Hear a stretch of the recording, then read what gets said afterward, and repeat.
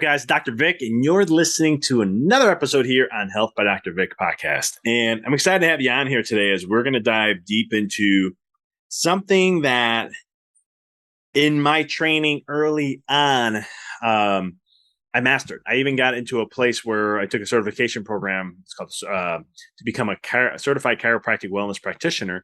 And one of the things we learned in this process is actually the cause of all disease, illness, and so forth.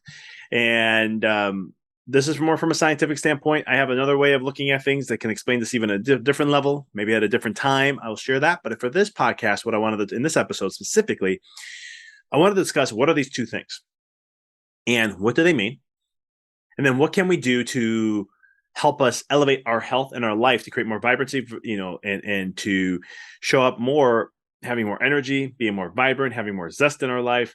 And from that process, it allows us to show up as a greater version of ourselves. So let's jump in. And before we do, if this is the first time you're listening to the podcast, please subscribe.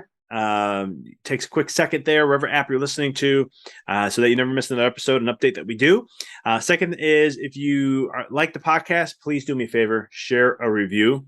That way others can go ahead and tune in and listen to hear this message of what we're sharing here. And then last but not least, if you really enjoyed the podcast episode, please do pay it forward by sharing with at least one person. So let's dive into this whole concept of toxicity versus deficiency and all that, because this is what's the two things that literally causes all illnesses and diseases in human. There is nothing else outside of this. And so what's a deficiency? Well, let's look at something here for a second. Deficiency, well, we can understand it's very simple. Nutrition, that's an easy one, right? You don't get the quality of nutrients your body needs, it creates a deficiency. Those deficiencies over a period of time are going to cause breakdown and havoc on the body, which will lead to some sort of issues, diseases, and all those kind of things.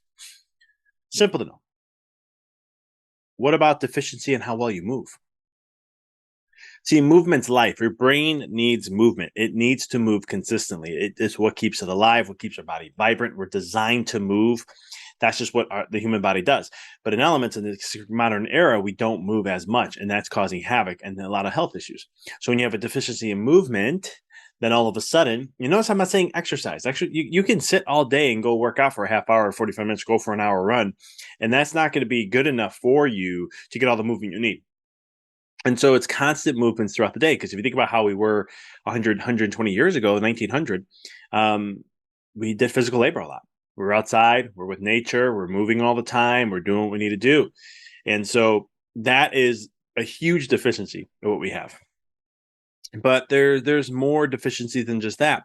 Movement is also in the spine, but we also can go into deficiency of the nervous system, right? How well is your nervous system flowing? How well is it communicating? How much is light processing through the nervous system? How much is consciousness flowing? Because really, as a chiropractor, we focus on elevating one's consciousness levels through the adjustment. And when we don't have proper consciousness flowing or less of it flowing, then we're going to have the opposite. If you have less light, you have darkness. If you have less healthy being expressed, then you have darkness, you have disease or illnesses that may be coming up. And so the key factor out of that is how do we then, how well is your spine being maintained by a chiropractor? How well is the nervous system getting adjusted? How many times are you being checked for this thing that we do in chiropractic called the subluxation? These are all things that play a massive role when it comes to your health. Next one's going to be then, right? So we talked about nutrition. I think that's easy. I'm not going too deep into that, guys, because there's nutrition is not only just supplements, it's also the nutrition of the food we eat, the water, the air we breathe, stuff like that. Exercise, obviously, movement is actually the next one. Third is going to be your nervous system. Fourth is the quality of sleep. How is your sleep? Do you get good quality sleep? I'm not saying 7 to 9 hours a night. Do you get good quality sleep? Do you use technology? Nowadays, it's not that expensive. Do you use technology to monitor to see where you're at, how you're processing, how you get your deep sleep, your REM, and so forth? If you have that tech, it's great. It's what you need. Then you can go off that and determine what works best for you. Okay? Like for me, 6.5 hours is like my beautiful mark. If I can get 6.5 hours, that is, and I usually do. That's my mark. I know it because my deep sleep is about an hour and a half to hour and 45 minutes. I know my REM is around an hour and a half to hour and 45 minutes. So I know that's my mark of where I need to be at the time I go to sleep and so forth. So after sleep, then you want to look at the mindset, your mental, emotional, the mindset perspective, mindfulness. How much are you balancing the elements of the mind and handling your stresses that you deal with, the emotions that you go through? Do you have a deficiency of good emotions? Do you have the deficiency of good mindset, mental health, and so forth? If you don't have that, that can cause massive havoc on the body. Emotions are stored within the body, and it's one of those things where if you have a lot of emotional stuff that's on a lower vibration, that plays a huge role on the body, how it functions, how it heals, how it processes things, how it sees things, the perception of what it sees, and so much more. So that's another one there. And then, that's good inputs to the brain, in other words, or like good quality, like information. Sometimes in my mindset work, I always talk about, what kind of food are you giving your brain? Right? Is it poor quality food, fast food, toxic food, things that are like negative stuff that you're focusing on? Or is it good food? Is it good quality food, like good whole organic food, like vegetables and fruits, grass-fed, pasture-raised organic meats, if that's your thing, pasture-raised organic chicken, stuff like that. Good quality nutrition. Are you putting the good quality stuff in your brain, right? And so that's one thing that we look at when it comes from that perspective. And that will segue into the next part, which is then, right, we talked about the deficiencies. Well, then there's also toxicities. And toxicities are the same thing, just the negative effect, right? So let's go back. Let's start from the beginning. I said nutrition, right? I said nutrition is easy to understand deficiencies. Well, the toxicities are the same thing. Fast food. Are you eating processed foods? Are you eating a ton of sugar? Are you eating things that are not natural? Are you eating stuff that's pesticide rich? If you're not getting like for example, coffee. If you're not having organic coffee, forget about it. You're eating a pool of pesticides in there. It's just pesticides with that coffee that gets sprayed on and all this other stuff. And so you're not, those create a lot of toxic issues with our health and so forth. The air we breathe is a ton of toxicities. Do you have air filters, air filters in your house that filter the air? I'm not talking about the filters you put on your returns. I'm talking about actually air filters. Those are going to be important because what they found out in research is that the air in your house is 6 to 10 times more toxic or stale or stagnant than, or more toxic than the outside air, and 6 to 10 times more. And so it's important to make sure you're getting fresh air all the time in your house. But let's talk about the water. What kind of water are you drinking? What kind of fluids? What beverages are you consuming? Is it alcohol are you consuming? Do any recreational drugs? I mean, these are all toxicities that cause, not all recreational drugs. I mean, what's classified as a drug? That's a whole other conversation. But the point I'm trying to make is there's toxicities. What are you taking that's causing some of these toxicities that you may be dealing with? So you got all these, and this is just nutrition, right? I can go on and on. Nutrition I can go all day with, but because our world has become very toxic from a food perspective.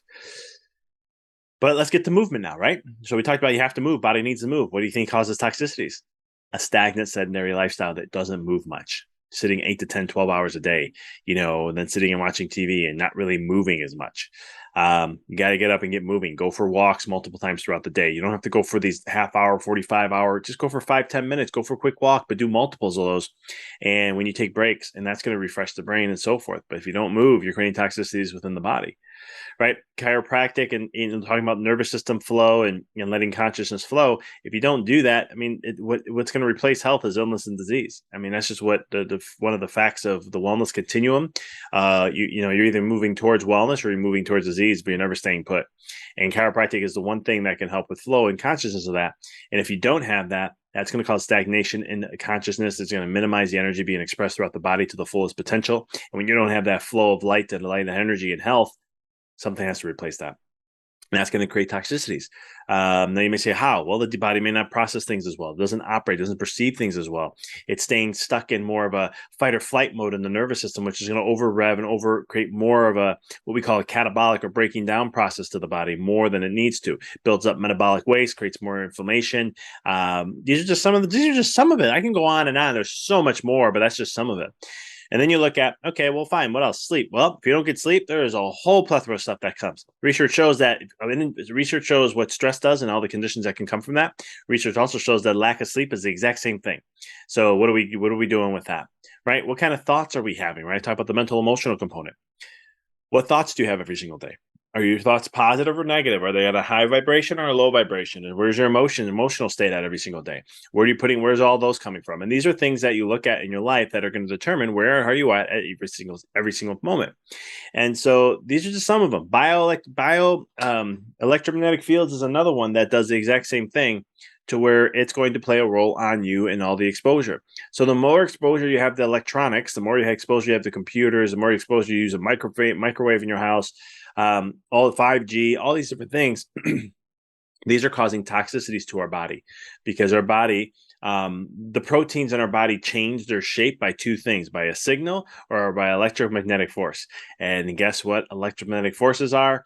They can be also 5G and other things like that, which causes massive havoc on our health.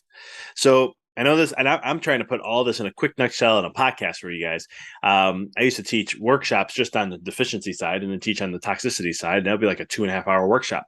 It's a lot that we can go into, but what I wanted to give you is just some little things to chew on. So don't get overwhelmed when you're listening to this. Just take a moment. So I want to give you some action steps.